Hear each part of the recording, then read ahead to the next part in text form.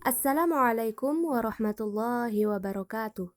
Saya Ebi Ulandari, NIM 1914080031 dari kelas Tadris IPA Fisika B.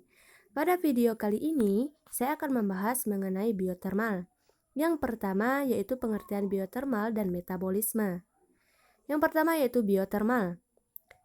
Biotermal berasal dari kata bio dan termal. Bio artinya hidup dan termal artinya suhu. Suhu adalah besaran yang menyatakan derajat panas dingin suatu benda. Kemudian, biotermal adalah panas yang dihasilkan pada makhluk hidup. Selanjutnya yaitu metabolisme.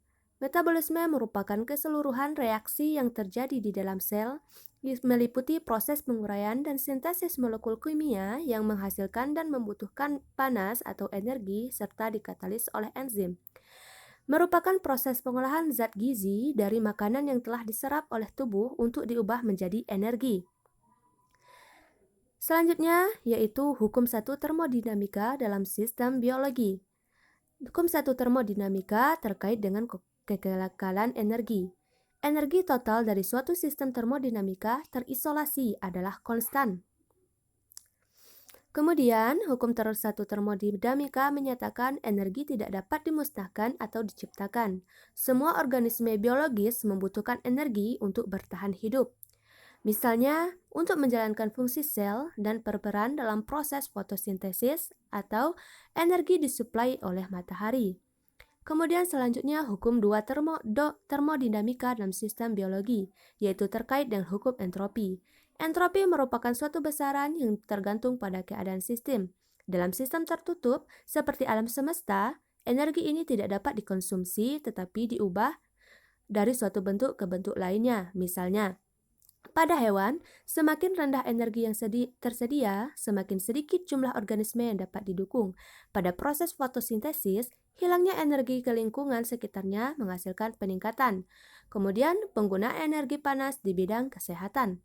Yang pertama yaitu pengobatan elektromagnetik, yaitu shortwave diathermy, digunakan untuk mengobati kram otot, nyeri intravertebral, penyakit degeneratif sendi, dan bursitis.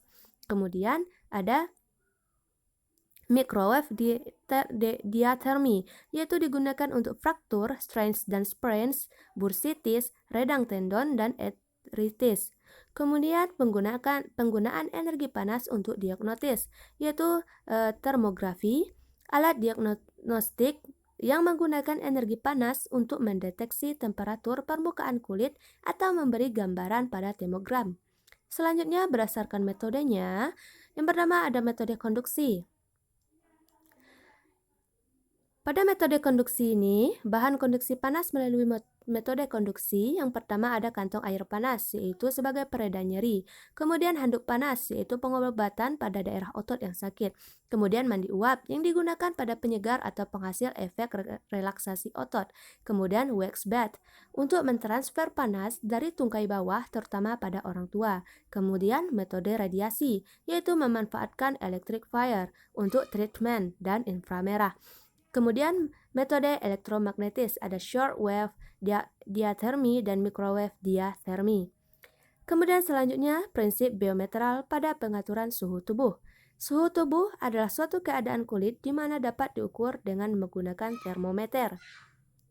Sistem pengaturan suhu tubuh yang pertama ada suhu inti atau core temperature, menggambarkan suhu organ-organ dalam seperti kepala, dada, abdomen, dan dipertahankan mendekati 37 derajat Celcius. Kemudian ada suhu kulit atau shell temperature. Suhu kulit menggambarkan suhu kulit tubuh, jaringan subkutan, batang tubuh, dan suhu ini berfluktuasi dipengaruhi oleh suhu lingkungan. Selanjutnya, suhu tubuh rata-rata atau mean body temperature merupakan suhu rata-rata gabungan suhu inti dan suhu kulit. Selanjutnya, yaitu hal-hal yang mengganggu suhu tubuh. Yang pertama ada demam, yaitu mekanisme pengeluaran panas tidak mampu mengimbangi kondisi panas. Kemudian kelelahan akibat panas, yaitu terjadi apabila diaforesis yang banyak mengakibatkan kehilangan cairan dan elektrolit secara berlebih. Kemudian hipertermia, yaitu peningkatan suhu tubuh sehubungan dengan ketidakmampuan tubuh untuk mengeluarkan panas. Selanjutnya heat stroke, yaitu terpapar oleh panas dalam jangka waktu yang lama. Kemudian suhu tubuh pada manusia. Yang pertama ada hipotermi bila suhu tubuh kurang dari 36 derajat Celcius. Kemudian normal bila suhu tubuh berkisar antara 36 sampai 37,5 derajat Celcius. Kemudian febris bila suhu tubuh antara 37,5 sampai 40 derajat Celcius. Kemudian hipertermi bila suhu tubuh lebih dari 40 derajat Celcius. Nah, dalam proses pertukaran panas tubuh mengikuti hukum fisika. Dalam hal ini, tubuh manusia merupakan black body, dan permukaan tubuh merupakan penyerapan panas radian yang baik sekaligus sebagai pemancar panas yang baik. Selanjutnya, prinsip biotermal metabolisme pada makhluk hidup. Faktor yang mempengaruhi suhu tubuh ada beberapa, salah satunya yaitu laju metabolisme basal semua sel tubuh. Laju metabolisme tambahan disebabkan oleh aktivitas otot. Sebagian besar pembentukan panas di dalam tubuh dihasilkan oleh organ dalam, terutama di hati, otak, jantung, dan otot rangka selama berolahraga. Kemudian panas dihantarkan dari organ dan jaringan yang lebih dalam ke kulit, yang kemudian dibuang ke udara dan lingkungan sekitarnya. Selanjutnya yaitu termoregulasi tubuh pada hewan yang berhibernasi. Termoregulasi adalah kemampuan hewan untuk meregulasi atau mempertahankan temperatur tubuhnya. Hibernasi merupakan kegiatan tidur panjang yang umumnya dilakukan oleh hewan berdarah panas seperti beruang dan lainnya untuk bisa bertahan hidup dalam kondisi musim dingin.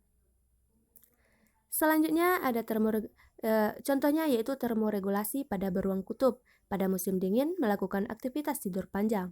Saat tidur panjang, suhu tubuh mereka turun sampai kira-kira 34 sampai 38 derajat Celcius. Kulit beruang, jika seekor beruang kutub tertidur di atas salju, maka salju di bawah tubuhnya akan mencair karena kalor dari tubuh beruang tersebut. Kulit beruang kutub juga telah dirancang secara sempurna. Di bawah kulit tersimpan lapisan lemak coklat dengan ketebalan lebih kurang 10 cm.